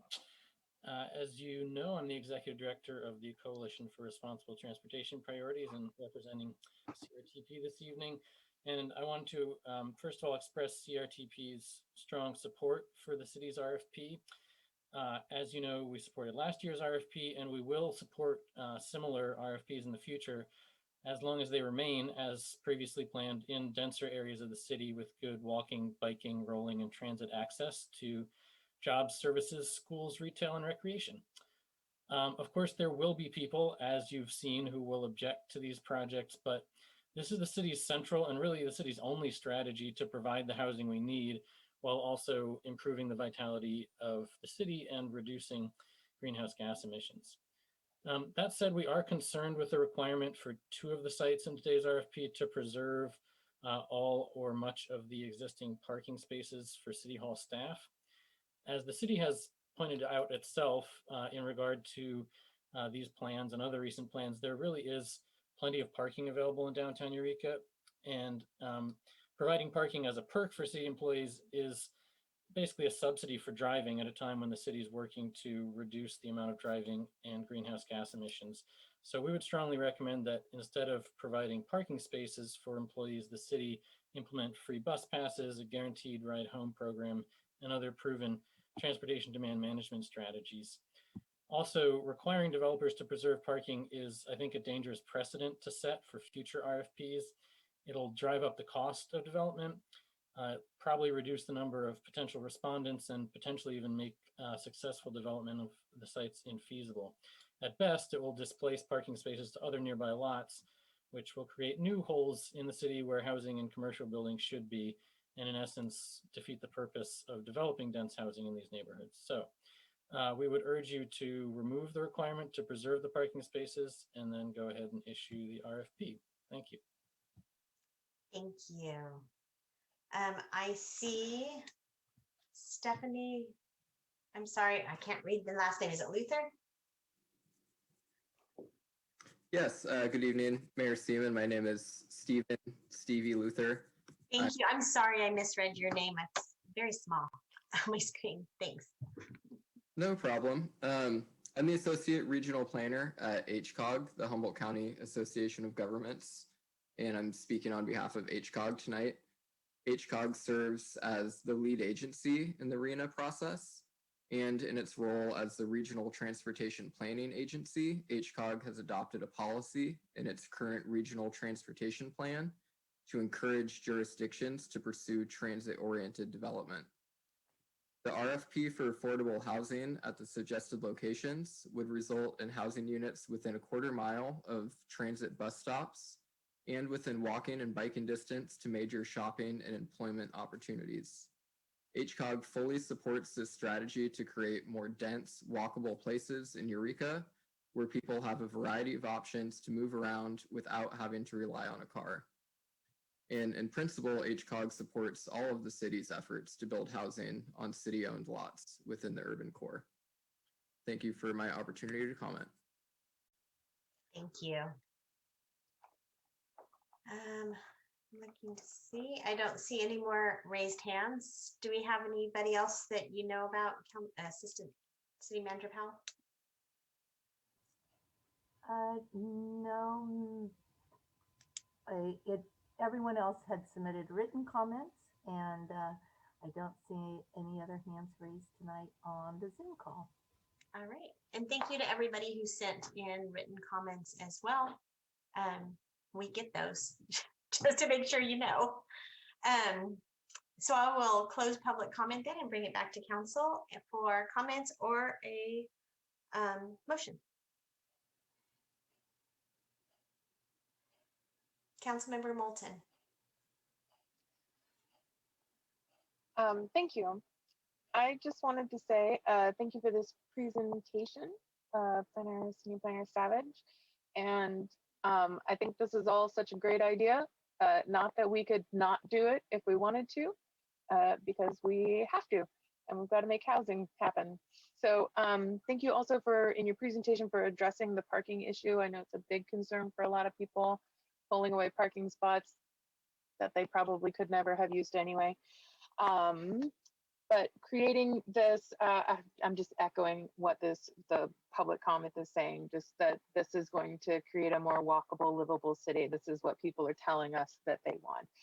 And I appreciate how staff heard and acted on the public response to the lot at 3rd and G, and to other things, just exhibiting that this is an open process, and that, you know, when something gets put out there and people respond, and the staff is definitely listening and addressing that and looking for other solutions that are amenable to everybody. That's all. Thank you for listening to the public input on this. Not that it's not your job, but thanks for doing that. I think that a lot of folks who are upset about the potential of one of the lots being used might not have heard that it's not being used. So that's all. If you get mad about something that council is up to or the city staff is up to, make sure you pay attention to what the resolution is then afterwards, because people are listening. And just to clarify, it's not being used this round, just. This round, but we are looking for other options Yeah. to possibly not have to use it in the future, possibly. Possibly. I Thank just you, wanted to clarify that though. Councilmember Castellano. I'm curious, you know, just because a couple of folks who made public comment mentioned, you know, the parking being preserved on sites 9 and 10. Could you speak to that? I know we already had questions, but is it okay if I ask another question, maybe, Stephen? Yeah, we'll go ahead and speak to that. Thank you. So when we were working on preparing the RFP, we discussed what to do about the parking for city vehicles and city staff. Because the Link Housing Project is 1 block away from City Hall, and the parking that exists on that site at 6th and M Streets, the majority of it is being reallocated to street parking. We were concerned about what impacts might occur to the neighborhood with pushing 50 additional vehicles out into the neighborhood, the surrounding neighborhood of City Hall. So that was where the idea came from, to ask the developers to go ahead and preserve the parking on the site for city staff, and especially for the city vehicles that we do park here at City Hall. There was also some discussion about utilizing nearby parking lots, including the one down near the Adorney Center. And there was some concerns expressed about potential safety issues with walking the couple of blocks, maybe in the wintertime in the dark, kind of thing. Yeah. City Manager Slattery.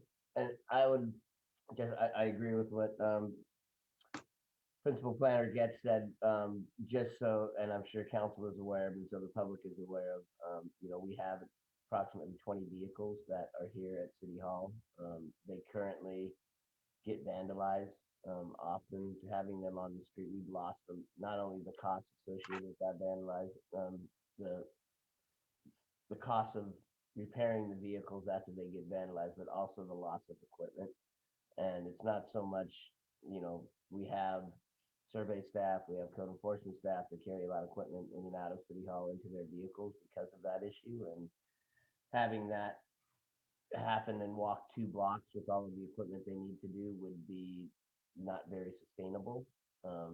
So, you know, keeping not only for security purposes, because we're not your typical business where we have a lot of vehicles that are, you know, used on site, but also the amount of equipment that has to be taken to the vehicles in order for them to do their job. It's something we want to consider.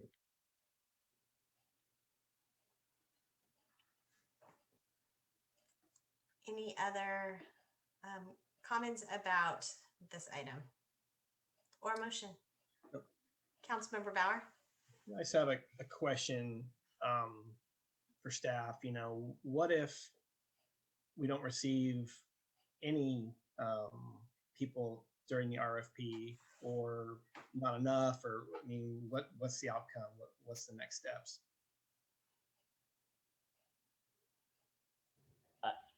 I'll take that one. Our Principal Planner Getz, okay. Go ahead. I mean, it's multiple. I mean, I don't see that happening. We've had already a lot of interest in these. We've had people reach out to us already, and so I don't see us not receiving. at a minimum, maybe not somebody responding to all three of the locations, but they can respond to one at a time. Typically, these developers want to have as many units as possible, so the more the merrier, and there'll probably be plenty of people that do that. So I don't see that happening. If it did happen, we could reach out to those that have reached out to us and ask why and try and make adjustments based on that. And at the same time, if we do get responses that we don't like, then we can obviously reject bids. That could jeopardize our deadline, but we could definitely do that.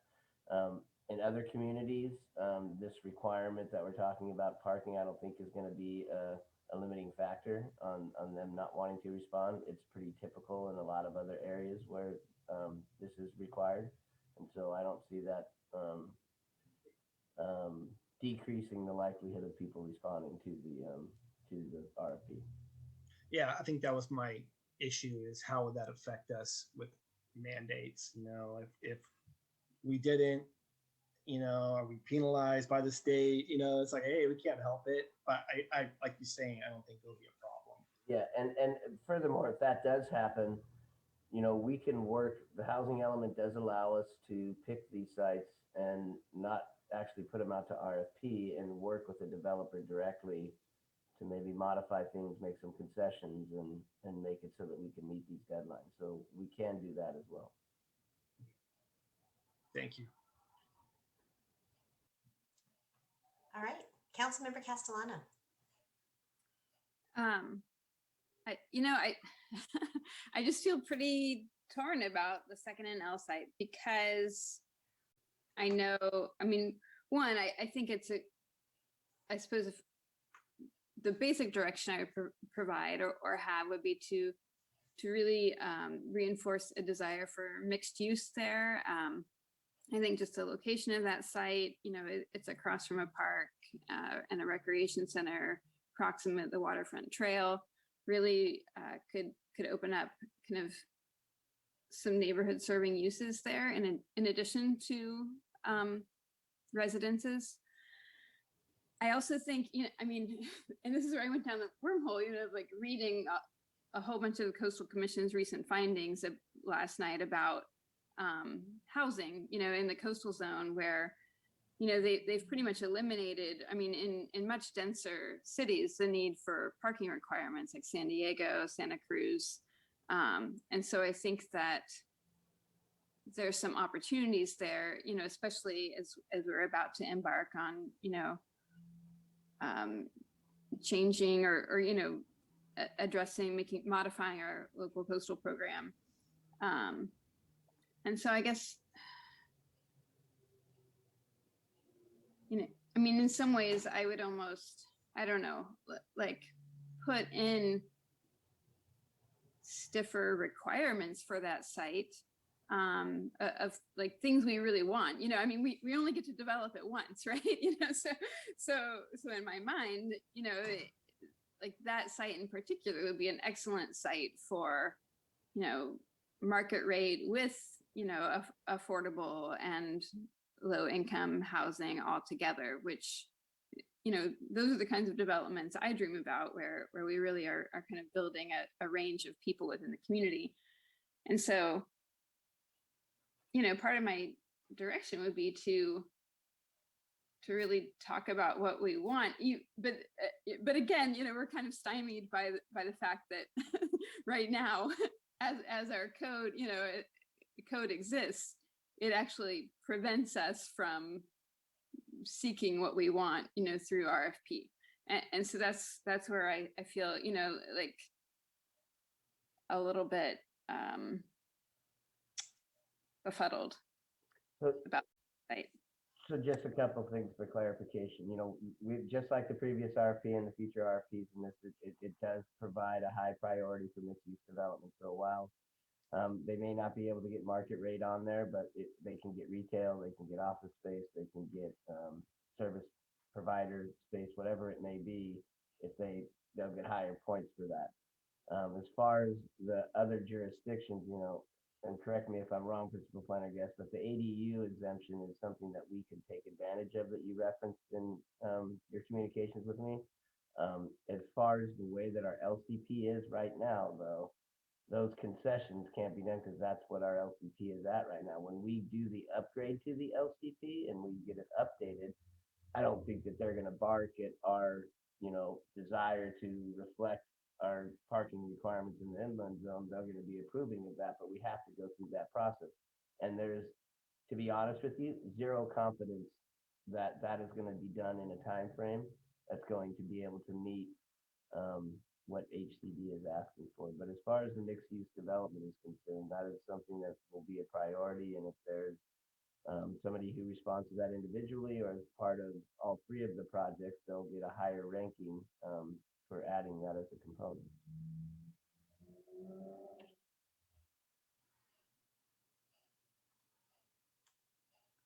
So do we have a motion for this? Are you still stumped, Leslie? Yes, I am.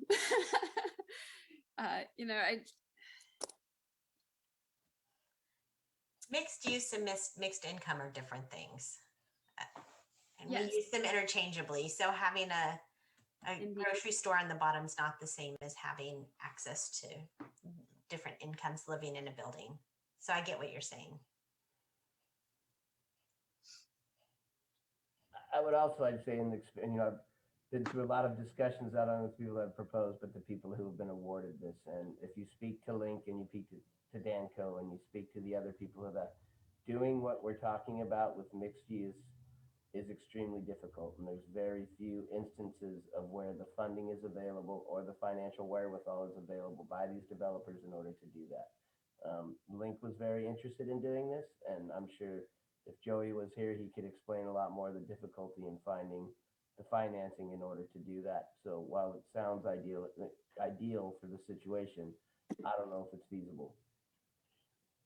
Well, and go ahead. Oh, go ahead, Leslie. I mean, I was also reaching out yesterday and today of some different organizations in the area of how can, looking at how we can create those kinds of, public-private partnerships that could provide funding for some of these more innovative solutions. I mean, obviously those partnerships aren't quite in existence yet, but I do think that there's a great need for them in our area and that they are potentially forthcoming. And so that's, again, where I feel, this, like the greatest potential for the site, feels like just out of reach in some ways. And we're somewhat beholden, to our housing element. And that's where, I don't know, I did talk to City Attorney Black earlier.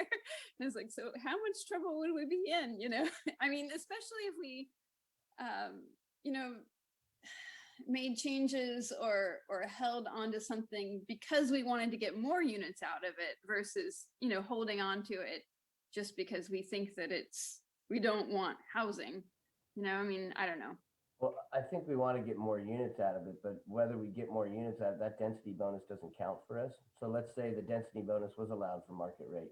We don't get any credit for that. It's not going to help us from HCD's perspective. And I don't think that they would say, great, get more units at it, but the density bonus isn't going to count. So this particular site, the max we can get from it is 12. Now they can put in 18, or I don't know what the density bonus allows for. They could put in more, but we're not going to get credit for that. So I don't think HCD's bottom line is to meet the deadline.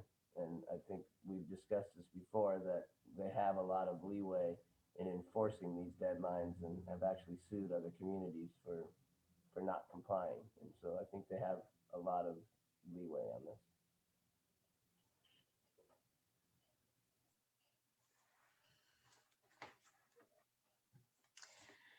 So Councilmember Bauer.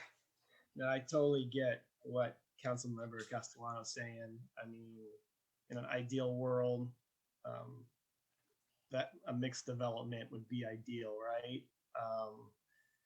But we have state mandates,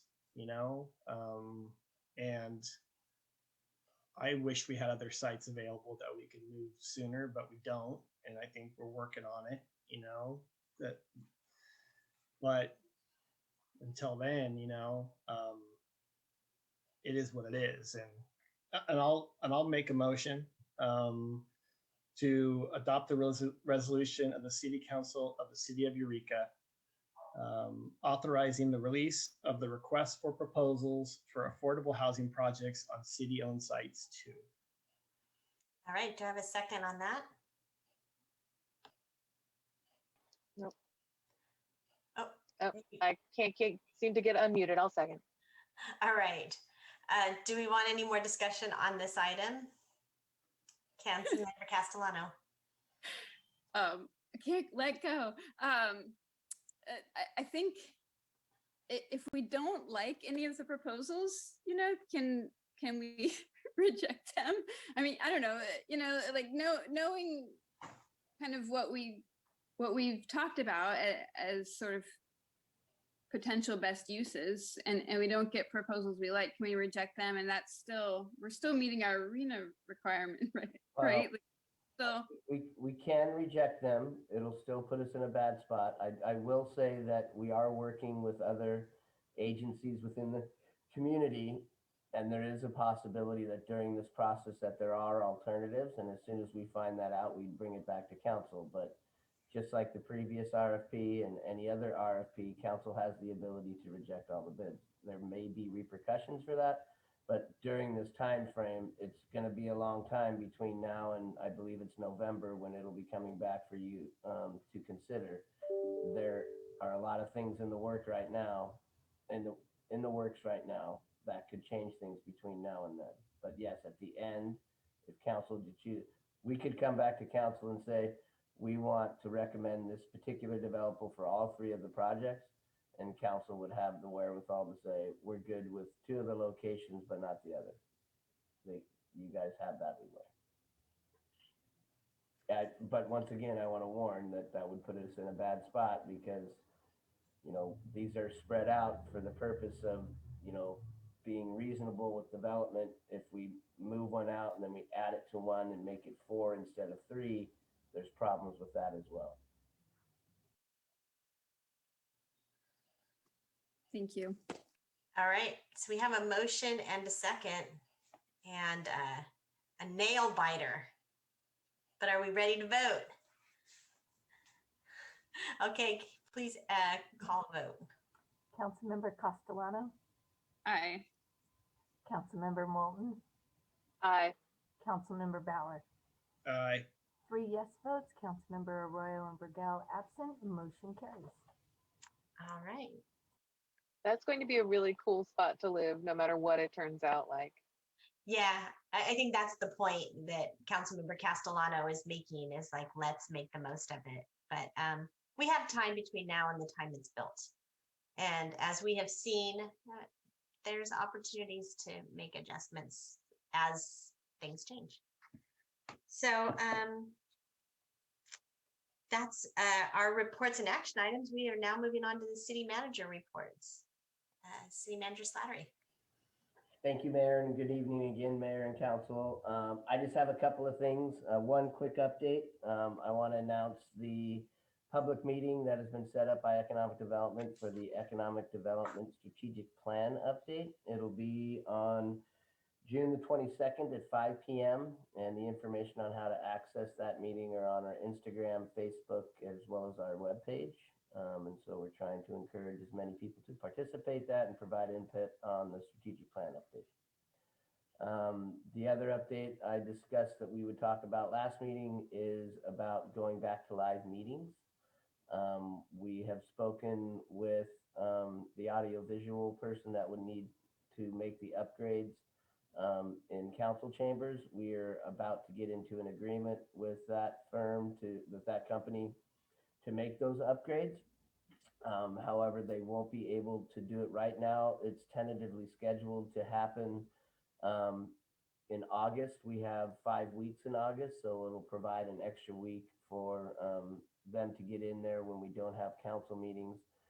So they're looking at the last week of August to make those upgrades. So in the interim, as council all decided was okay, was that we are going to go back to public meetings starting at our July 6th meeting. And until we can get the full hybrid model up and running in August, the meetings in July and August will be staff and council all needing to be in person in council chambers, and allowing for the public to come in and provide public comment, and also still provide an ability for the public to call in. So it'll be kind of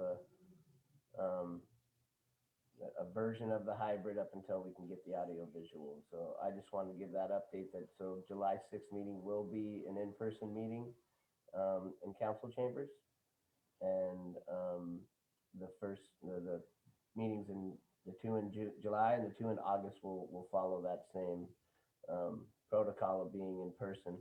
Once we get the full hybrid up and running, everybody doesn't have to be there, and we can provide, not only the public to provide input remotely, but also in person, and it'll be super high speed. And at the cost of it, it should be really nice. I was telling Assistant City Manager Powell that when I saw the cost, I was expecting to have the Beam Me Up Scotty, where people can come in as an image to speak in public. But a lot of it has to do with the audio. We've had bad audio in the council chambers. All that's going to get upgraded. We've had problems with broadcasting, so this will address all of those issues and have us in a really good spot. That means this is it, guys. This is our last all Zoom meeting. Wow. Memorialize it. All righty. Thank you. Is that it for you, City Manager? And that's it. Look forward to the count. Thank you, Mayor and Council. Thank you. We're looking forward to seeing you in 3D next time.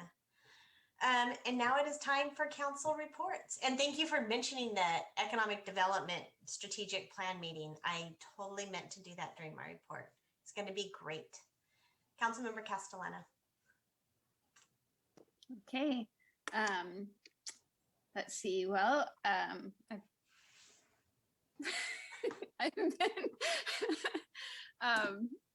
continuing to attend meetings.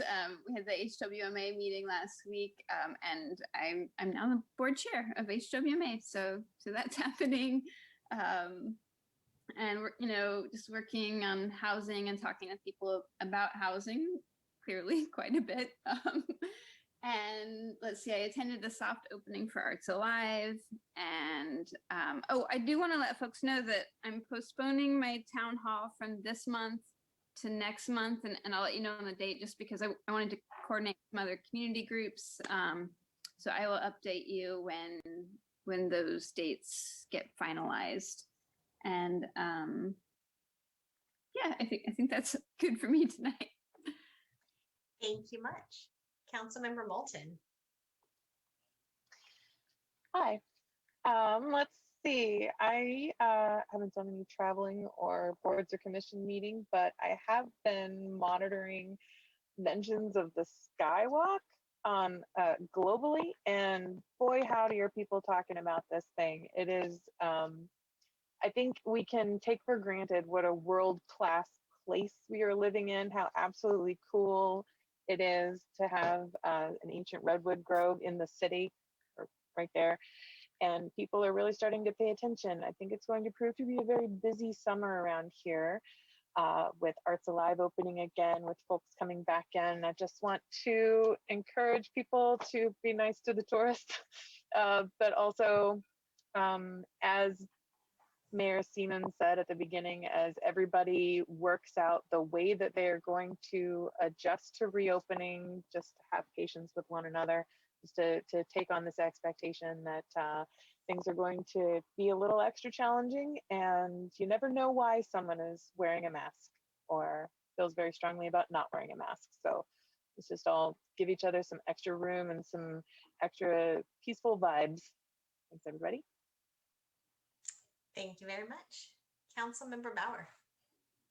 Thank you. Yeah, the usual board meetings. I did attend the Cooper Gulch cleanup this past Saturday, and shout out to Pack Out and Common Grounds and the community, for participating. I worked alongside a couple of people from McKinleyville, I always just think it's great. Every time I do one, there's people from out of the city helping out. I just dig that so much. They're like, oh, I'm coming to town from McKinleyville. I think I'll just clean up a bunch of trash. And I just think that's really, we have a bigger community than just our city. You know, I think that's really cool. And then one thing that's kind of been driving me nuts lately is I've been seeing people use Roundup in their gutters, you know, in the street. And instead of having a bunch of weeds, green weeds in their street, they have dead weeds in their gutters. And like last week, I saw a gentleman spraying, you know, 200 feet of gutter, and then it rained, you know, and that stuff isn't like salt or anything.